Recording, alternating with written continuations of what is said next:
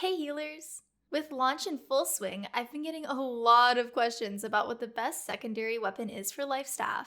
And I'm here to say there's actually a lot of weapons with fun, unique playstyles that synergize well with it. Stay tuned for some quick builds and tips for each of them. They're all definitely worth considering for secondary weapons. Also, be sure to like and subscribe if you haven't already for future healer videos. I stream on Twitch too, so come hang out and feel free to ask me questions live. I'll link that and my community Discord in the description below. And if you're leveling up and looking for a Lifestaff build, check out my video on that. I included 3 different builds for different leveling styles.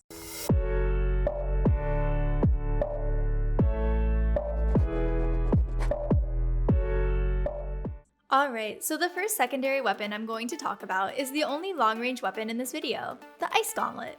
This weapon offers some amazing utility, crowd control, and self-sustain in both PvE and PvP content. Here, I'll show you 3 active skills I take, the first of which is Ice Pylon. I love this skill as added utility and damage. You can throw it down and keep DPSing while using Ice Gauntlet, or when you need to heal your team, you can swap back to Lifestaff and let it passively damage for you. This works great for leveling, in dungeons, and as a little distraction in PvP situations. The next active skill I take is Entombed. This is a literal godsend on this weapon for 2 main reasons. Both Ice Gauntlet and Lifestaff consume massive amounts of mana, and this skill gives you a full mana bar so fast. This skill is also a panic button in high damage situations, giving you a bit of leeway for other skills to come off cooldown so you can get away safely. The first passive for this skill, Strength and Tome, is especially great for this as it increases your defense after you leave the skill. The last active skill I pick up is Ice Storm. You could also change this out for Ice Shower if you wanted to spec into Quick Shower for a decent speed boost while passing through it. Both of these active skills are fun to use and offer crowd control utility. I end up picking Ice Storm simply because I like the AoE radius better, both for mobbing and leveling and questing, and in PvP content. The slow on this skill feels amazing as well, and it's easy to kite enemies through. And if you use it as an opening skill with the second passive, Storm Summoner selected, it has a very low mana cost, which is great. Passives are really up to your own playstyle and what you prefer. I found the ones I'm showing here are more useful towards how I play around my Ice Pylon. The next weapon I want to talk about is a personal favorite of mine, the Warhammer. This weapon has absolutely phenomenal crowd control utility, and I'm not gonna lie, the skills are just so satisfying to hit. Warhammer offers great utility on both mobs and players in PvE and PvP situations, giving you more time to heal your allies while enemies are stunned, knocked, or staggered. The first skill I take for this build is Clear Out. It's an amazing knockback that gives you room to breathe when situations get sticky. By getting all the passives for this skill, you also get Haste and Fortify by hitting enemies with it, adding to your survivability. The next skill I take is Shockwave. This is an AoE earthquake that stuns all enemies in the radius for 2 seconds. In PvE and PvP, this skill is a lifesaver, allowing you to peel for yourself. And by picking the last passive for this skill, Meteoric Crater, you increase the radius of the skill by 1 meter, which is great. The first passive is amazing too, reducing the damage of enemies you hit.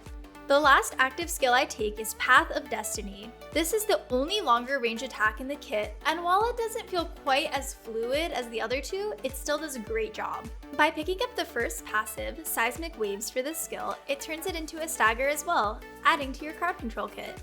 The passive Prevailing Spirit in the Crowd Crusher tree is also an amazing must-have passive, as you regenerate health from damage dealt, upping your survivability even more. The rest of the passives are really up to you. The ones that I've included here are aimed towards survivability and increasing my debuff durations, which I think works very well for this build. The next weapon I'm going to go over is Great Axe. The Great Axe has one of the best mobility kits in the game, and it also has great damage potential, utility, and self-sustain. Also, who doesn't like to hit enemies with a giant axe?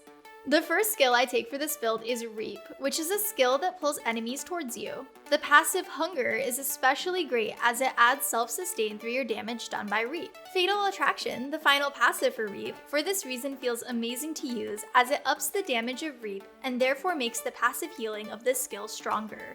Charge is the next active skill I take, which is your main source of mobility while using Great Axe. You travel 10 meters on a relatively short cooldown, with passives that massively increase its damage, which feels amazing as an extra source of DPS, especially in PvE content. Gravity Well is the last active skill I take, and this skill is simply beautiful.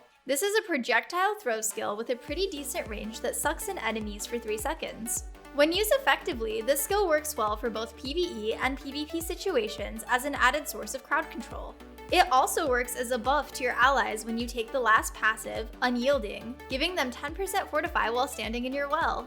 Bloodlust for this weapon is your most notable passive, as it gives you a 30% movement speed buff by just looking at an enemy within 15 meters, giving you insane mobility in both PvE and PvP situations. This, paired with Charge, gives you some pretty insane mobility as a healer.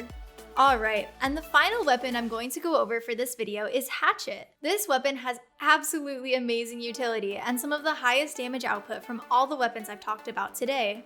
The first skill I take for this weapon is Berserk. Not only does this skill increase your overall damage with the passives On the Hunt, Berserking Refresh, Berserking Purge, and Uninterruptible Berserk, this skill makes you feel unstoppable. These passives add increased movement speed, a great self-heal, a stun break, and makes you immune to interrupts and staggers. There really isn't much this skill can't do for you. The next skill I take is Social Distancing. Not only does this skill live up to the current state of the world, it also gives you a great jump back from enemies and decent crowd control through a slow.